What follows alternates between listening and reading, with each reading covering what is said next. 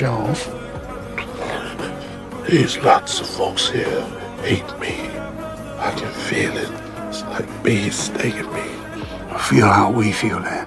We don't hate you. John Coffey, you have been condemned to die in the electric chair by a jury of your peers, sentence imposed by a judge in good standing in this state. Do you have anything to say before sentence is carried out?